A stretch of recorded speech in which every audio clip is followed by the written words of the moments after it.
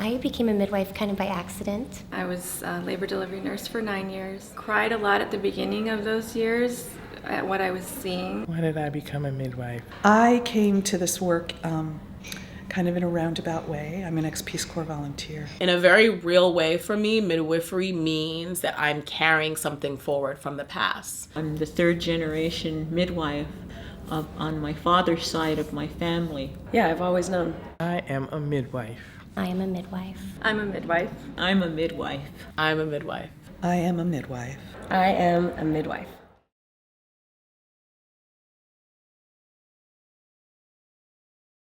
So I started out as a researcher, and I was in my doctoral program. I was living in Eugene, Oregon. So I was in a medical anthropology class, and we had just started to talk about maternal child health cross-culturally and globally. I had an undergraduate degree in pre-med, but it was the first time I had really learned about the U.S. rankings, and I was really surprised to find that the U.S. ranks so low in maternal and infant mortality statistics.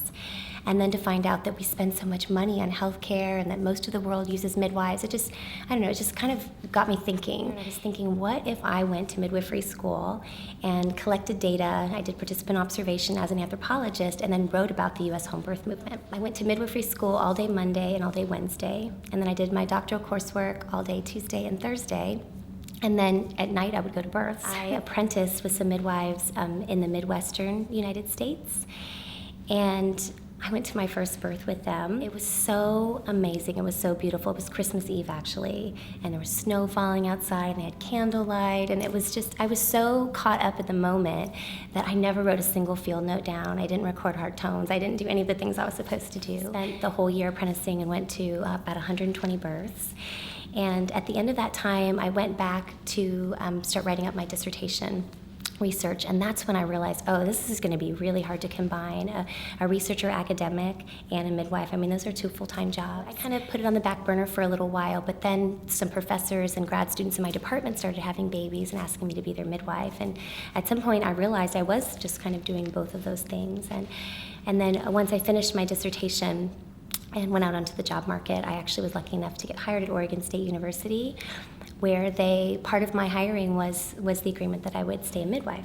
So now I'm able to do both. My entry into midwifery was more of like an academic one in some ways. Like I was in women's studies classes in undergrad and kept seeing midwives come up, and landed at the birth of my roommate when I was a senior in college, and spent the whole birth like chatting with her midwife. Up until then, midwifery had kind of been like a subject, like, oh, like as a feminist and, womanist or whatever, midwives seem like to make sense. And I'd done a lot of work in my women's studies classes around midwifery and mothering and what that meant. What was really most crucial to me was the history of midwifery. That midwifery is tradition that goes back, as long as women have been having babies, that it's ageless in a lot of ways. The way we know to care for ourselves as women is priceless and timeless. There are women who are still caring for women in the same way we were caring for women,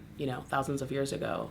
And there's something very sort of like soul deep and honest about that. It's really about that carrying of the past into the present and sort of maintaining those traditions and those truths in all sorts of different modern ways. I was at Northwestern studying biology, and it was there that I first started realizing that I wanted some practical skills to offer to the world, and the practical skill I decided that I wanted to learn was how to deliver a baby, which I thought involved a weekend course or a EMT class or something like that. I had no idea everything it would entail. While I was praying about that, I saw a vision, a movie in my mind of babies coming into my hands, one at a time, one baby, and then it would come down, another baby, and I would bring it down.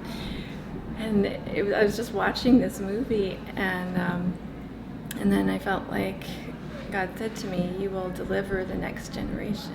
I went home that night just kind of thinking about that and what does that mean, and feeling the weight of it. Little did I realize that not only the next generation I would be helping deliver would be babies, but also the next generation of midwives in helping train more midwives. And I was in Micronesia on the island of Pohnpei, and I was living in a family compound.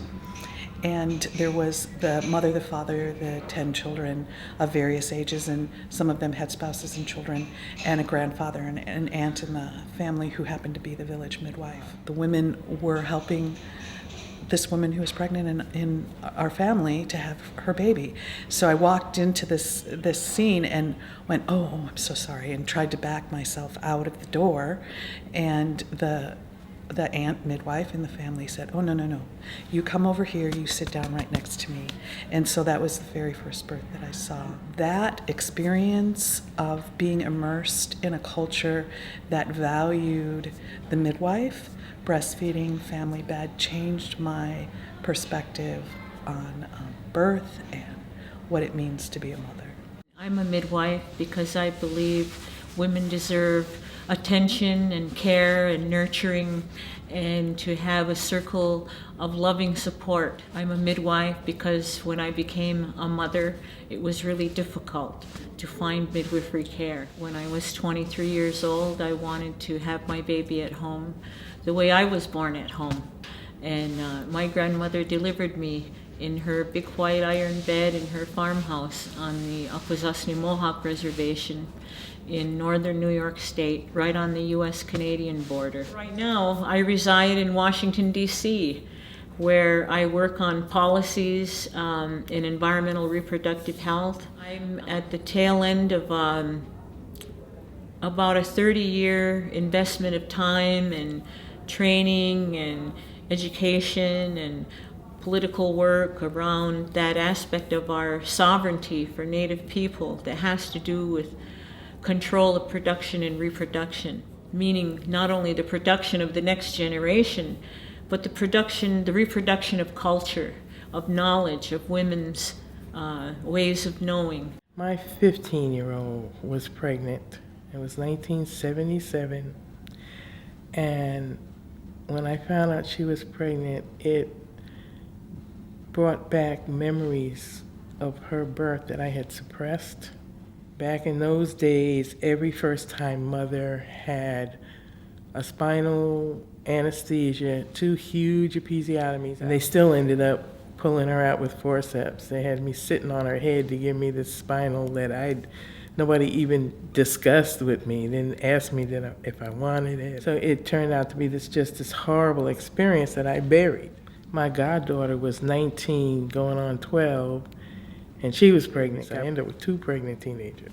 And when I finally found a group of midwives, and they were working with a doctor in a free clinic in the Bronx, they were already too far pregnant, and so they said they couldn't take them. I was a police officer at the time in New York City, and I had done emergency childbirth. I had done, CPR every year for 7 or 8 years. I thought at the time that I just had to hold hand and rub back and make tea and, trust in the natural process. In between baby 1 and 2, I had gotten Ina May's book, Spiritual Midwifery. So I wrote her this 10-page letter, my whole life story. I told her I had 2 weeks vacation coming up. Did she think she could teach me anything in 2 weeks? I fell in love with how they do things. I quit my job, took my pension money, bought a van, loaded it up with all the stuff that I had been saving that was too good to throw away. And I wrote them a letter and said, I'm on my way. I was born at home. My mom had my brothers and I at home. One of the 1% in this country that are born at home. At 7, I attended a home birth of an auntie of mine on Kauai, actually. And it was her 4th, so it was kind of, she knew what she was doing. And the minute I walked into that space, I knew this is what I'm supposed to be doing. I wanted to be the midwife. I wanted to be the mom pushing out babies. I remember at one point standing against the wall, just keeping to myself, keeping in my own space. And the mama, Amy, was laboring on the bed and on her side, and a couple attendants were holding up her leg, and she was pushing her baby out, and her water was intact. And then one good push, her amniotic sac broke, and I got sprayed with amniotic fluid. And I just remember like how hot it was, and just I wasn't disgusted at all. I was super, super into it. I was anointed, as it were. I am a midwife. I am a midwife. I'm a midwife. I am a midwife. I'm a midwife. I am a midwife. I just had this deep understanding that I'm a midwife.